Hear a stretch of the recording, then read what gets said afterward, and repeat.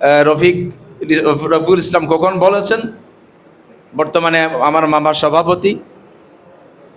তাদের এই কাজকে আমি অ্যাপ্রিসিয়েট করি, স্যালুট করি। ওদের দেখা দেখি অন্যরা এগিয়ে যাবে, কারণ সমাজের মধ্যে উঁচু নিচু যেমন আছে, কেউ সাহায্য করে, কেউ সাহায্য নেয়। ক্বালা রাসূলুল্লাহ সাল্লাল্লাহু আলাইহি ওয়াসাল্লাম, আল ইয়াদুল উলিয়া খায়রুম মিনাল ইয়াদিস সাফলা। উপরের হাত তথা ডান হাত তথা দাতার হাত গ্রহীতার হাতের চাইতে উত্তম। যে দেয় সে উত্তম, যে গ্রহণ করে তার চাইতে। এটা যেমন গোপনে দেওয়া যায়। কখন যেটা বলতে চেয়েছিল যে কোরআনের মধ্যে এসেছে বিসমিল্লাহির রহমানির রহিম ফাস্তাবিকুল খায়রাত, তোমরা ভালো কাজে প্রতিযোগিতা করো, ভালো কাজে প্রতিযোগিতা করো। আমরা দেখি মাদ্রাসা সভাতে টাকা তোলা হয়, এই বিভিন্ন এখন মাহফিলেও টাকা তোলা হয়, টাকা তোলার সময় মারহাবা বলা হয়। এটা কেন? এখানে সওয়াব আছে, গোপনে দিলে সওয়াব বেশি, ওপেনে দিলেও সওয়াব আছে। একজনকে দেখে আরেকজন দেওয়ার কি হয়, উদ্বুদ্ধ, ইন্সপায়ার হয়। এই জন্য তো তাদের এই কাজগুলোকে আমি অত্যন্ত সম্মান করি। আরও যারা সমাজের মধ্যে আছে, যাদের অর্থবিত্ত আছে, তারা যেন এই সমস্ত ভালো কাজে এগিয়ে আসে। কারণ যাদের আছে এরা যদি এগিয়ে না আসে, যাদের নাই এরা কোথায় পাবে? আল্লাহ পাক কোরআনের মধ্যে, কোরআনের মাধ্যমে আমাদেরকে ইসলামের যে বিধান, যাকাতের একটি বিধান আছে, এটা দেবে কারা? ধনীরা। নেবে কারা? গরিবরা। অর্থাৎ এই দেওয়া নেওয়ার এই বিষয়টা আল্লাহর পক্ষ থেকে। ইন্নাল গানা ওয়াল ফাকরা মিনাল্লাহ। ধনী হওয়া, গরিব হওয়া এটা আল্লাহর পক্ষ থেকে। তাই আমি অনুরোধ জানাবো, যারা সমাজের যারা ধনাঢ্য ব্যক্তি, তারা এই সমস্ত ভালো কাজের মধ্যে এগিয়ে আসবেন, বাকিরাও যাতে উদ্বুদ্ধ হয়। আমি আজকে সরব বড়া হাই স্কুলকে ধন্যবাদ জানাচ্ছি। আমি সরব বড়া স্কুলে মাঝে মধ্যে এসেছি, কিন্তু ভিতরে কখনো প্রবেশ করি নাই। মনে আজকে আমার লাইফে প্রথম সরব বড়া স্কুল আসলাম। আমার প্রিয় সরব পাঠা, আমার প্রিয় ইউনিয়ন এবং আমার প্রিয় একটা স্কুল সরব বড়া হাই স্কুল। এই স্কুলে আমার স্ত্রী, আমার ওয়াইফ পড়ালেখা করেছে, জান্নাতুন নাইম শামীম। সে এখন প্রথম ফার্স্ট গার্ল ছিল স্কুলের। সে এখন সরবপাড়া প্রাইমারি স্কুলে আছেন টিচার হিসেবে। তো এই স্কুলে আমার বড় ভাইয়েরা পড়েছেন, আমার আত্মীয় স্বজন সবাই। আমি একজন না পড়লে, আমি মাদ্রাসা পড়ুয়া স্টুডেন্ট।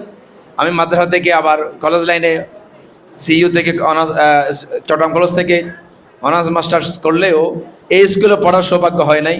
তো আজকে প্রথম এসেছি। আজকে আমার আশার এবং আজকের যে অনুভূতি অত্যন্ত চমৎকার। আমি স্কুল কর্তৃপক্ষ সবাইকে আমি ধন্যবাদ জানাচ্ছি। তো আমি একটি কথা বলবো সর্বশেষ, একটা চেয়ারে 4টা খুঁটি। কয়টা?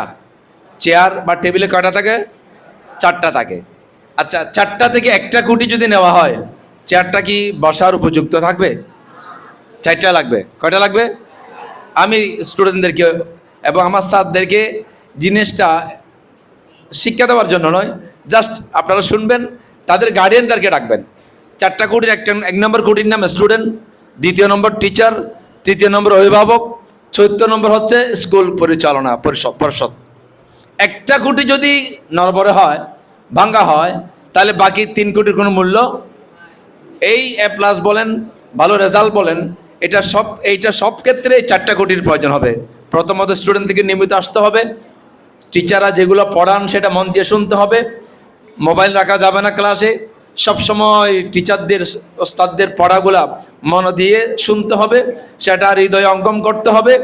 পরবর্তীতে সেটা স্যারদের পক্ষ থেকে যে হোমওয়ার্ক দেওয়া হয় সেটা নিয়ে আসতে হবে। প্রথমত স্টুডেন্টরা নিয়মিত আসবে, টিচারদের কথা শুনবেন।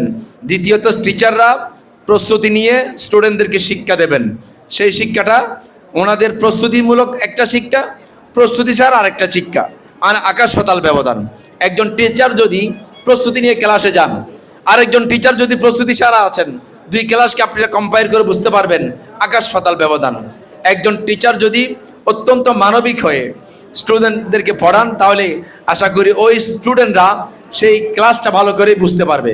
তৃতীয় নম্বর অভিভাবক, তাদেরকে দেখতে হবে বাসায় যাওয়ার পরে ছেলে মেয়েরা পড়তেছে, টেবিলে বসে পড়তেছে, না বইয়ের ফাঁকে মোবাইল গুতাচ্ছে। এই জিনিসটা ভালো করে দেখতে হবে। এখন আমাদের ছাত্র 9-10 সবার এই অবস্থা, মোবাইল নিয়ে বেশি ঘাটাঘাটি করে। চতুর্থ নম্বর স্কুল পরিষদ।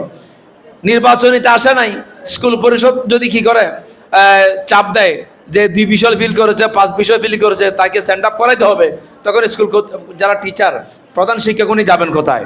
এই জন্য 4টা খুঁটি যদি ঠিক থাকে স্কুল রেজাল্ট ভালো হবে, তাতে কোনো সন্দেহ নাই, যেটা আমি মনে করি।